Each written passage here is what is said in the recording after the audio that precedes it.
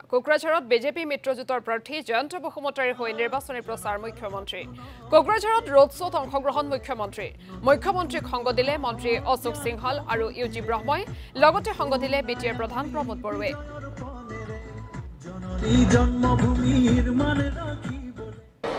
অসমত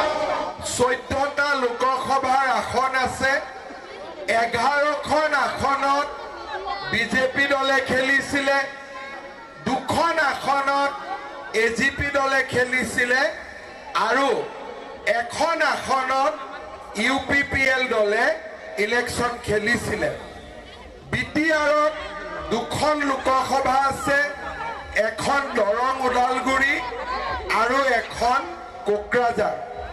দৰং আৰু ওদালগুৰি সিটত ইউপিপিএল দলে আমাৰ বিজেপি দলৰ প্ৰাৰ্থী দিলীপ শইকীয়া সম্পূৰ্ণ ৰূপে সমৰ্থন কৰিছে আৰু আমিও কোকৰাঝাৰ লোকসভা সিটত জয়ন্ত বসুমতাৰীক আমি সম্পূৰ্ণ ৰূপে সমৰ্থন কৰিছো যোৱা এসপ্তাহত মই সিডলিত গলো ফকিৰা গ্ৰাম পৰ্বতজাৰা শ্ৰীৰামপুৰ বিজবি মানস বাক্সা কোকৰাঝাৰ আৰু আমাৰ দতমা গোটেইবিলাক সমষ্টিতে মই প্ৰমোদ বৰুৰ লগত ইলেকশন মিটিং কৰিবলৈ গলো ইলেকশন মিটিঙত মই কি দেখিলো কোন পাৰ্টিক ভোট দিব নিদিব বেলেগ কথা বড়ো আৰু অনাবড়ো লোক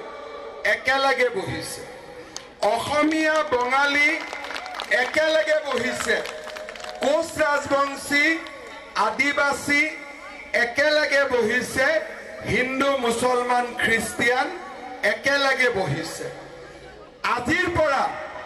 ইয়াত যিসকল কোকৰাঝাৰত আছে 20 বছৰ আগলৈকে যদি গুচি যায় 15 বছৰ আগলৈকে যদি গুচি যায় 10 বছৰ আগলৈকে যদি গুচি যায় কেতিয়াবা এনেকুৱা এটা দিন আহিব কোনোবাই ভাবিছিলে নেকি কোকৰাঝাৰত আগতে কি আছিল ইলেকশন মানে কোকৰাঝাৰত কোনো কেম্পেইন নাই বন্দুক থাকে কৈ দিয়ে যে অমুকক ভোট দিব লাগিব হয় আমি ভোট দিলো নহলে ভোট দিব নগলো কিন্তু বাকচত 100% ভোট পৰি যায়